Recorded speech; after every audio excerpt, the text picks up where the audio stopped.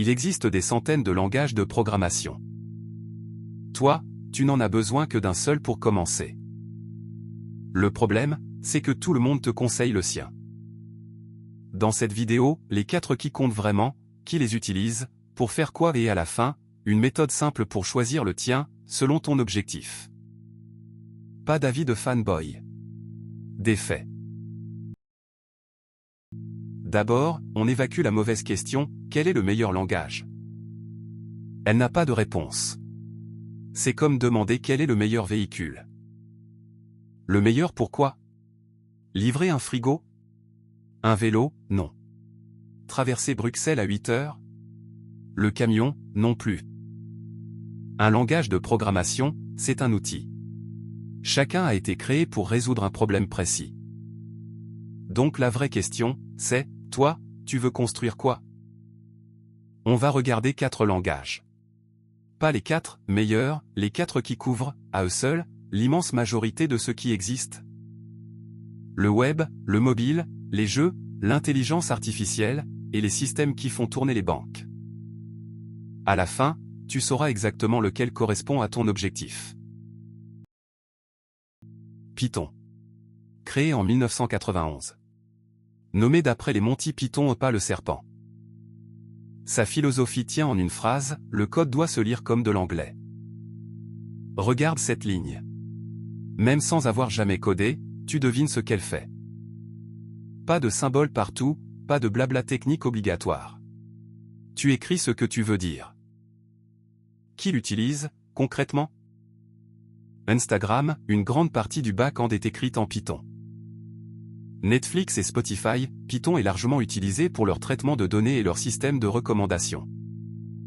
La NASA l'utilise dans de nombreux projets scientifiques. Et surtout, Python est devenu le langage dominant de l'intelligence artificielle. Les modèles de langage, la reconnaissance d'images, les voitures autonomes, les outils modernes d'IA sont développés autour de Python. Pourquoi lui?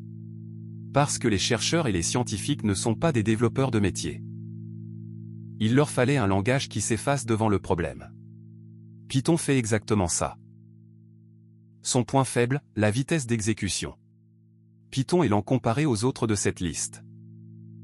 Mais pour la plupart des usages, ça n'a aucune importance et quand ça en a, Python délègue les calculs lourds à des bibliothèques écrites en C. Quand tu utilises NumPy ou PyTorch, tu écris du Python mais derrière, les calculs les plus lourds sont souvent exécutés en C ou en C++. On y reviendra. Profil Python, tu veux l'IA, la data, l'automatisation ou juste apprendre à coder sans souffrir. JavaScript. Créé en 1995, en 10 jours. Véridique. Et voilà le fait le plus important de toute cette vidéo, il existe des centaines de langages, mais ton navigateur n'en comprend qu'un seul. Celui-là. Chaque bouton qui réagit, chaque menu qui s'ouvre, chaque like qui s'anime, JavaScript. Facebook, YouTube, Gmail, cette vidéo que tu regardes, impossible sans lui. Ce n'est pas qu'il a gagné la compétition du web. C'est qu'il n'y a jamais eu de compétition. Et il a débordé du navigateur. Avec Node.js, JavaScript fait aussi tourner des serveurs. Node est utilisé par de nombreuses entreprises Netflix, PayPal, Uber. Un seul langage pour l'écran et pour la machine derrière, c'est son argument massu. Au passage, réglons un malentendu, JavaScript n'a presque rien à voir avec Java. Le nom, c'était un coup marketing de 1995, Java était à la mode, ils ont surfé. 2 langages différents, 2 mondes différents. Son point faible, il a été conçu en 10 jours, et ça se sent. Le langage a des bizarreries célèbres. Il pardonne des erreurs qu'il ne devrait pas pardonner et le bug apparaît plus tard, ailleurs. Profil JavaScript, tu veux créer des sites, des applications web, tout ce qui vit dans un navigateur. Java. 1995 aussi. Sa promesse, écrit une fois, exécute partout. Le même code tourne sur Windows, Mac, Linux, sans le réécrire. Son secret, une machine virtuelle. Un traducteur, Java installé sur chaque appareil. Ton programme parle à cette machine virtuelle, et c'est elle qui parle au vrai matériel. Peu importe lequel. Qui l'utilise? Les applications Android historiquement écrites en Java. Minecraft, le jeu le plus vendu de l'histoire. Et surtout, les banques, les assurances, les grandes entreprises. Tu n'utilises peut-être jamais Java directement. Pourtant, il traite probablement ton salaire, ton assurance, ou ton virement bancaire quelque part, en silence. Pourquoi les entreprises l'adorent? Parce que Java est strict. Il t'oblige à déclarer les choses proprement, à structurer ton code. C'est plus verbeux, plus lourd à écrire et c'est exactement voulu, sur un projet à 500 développeurs qui doit tourner 20 ans, la rigueur bat la vitesse d'écriture.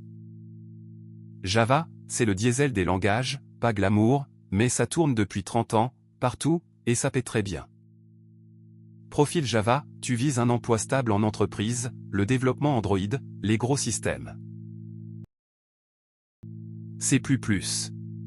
Début des années 80, héritier du C, le grand ancêtre, celui dans lequel les systèmes d'exploitation eux-mêmes sont écrits. Sa spécialité, la vitesse. C++ parle presque directement au processeur, sans intermédiaire.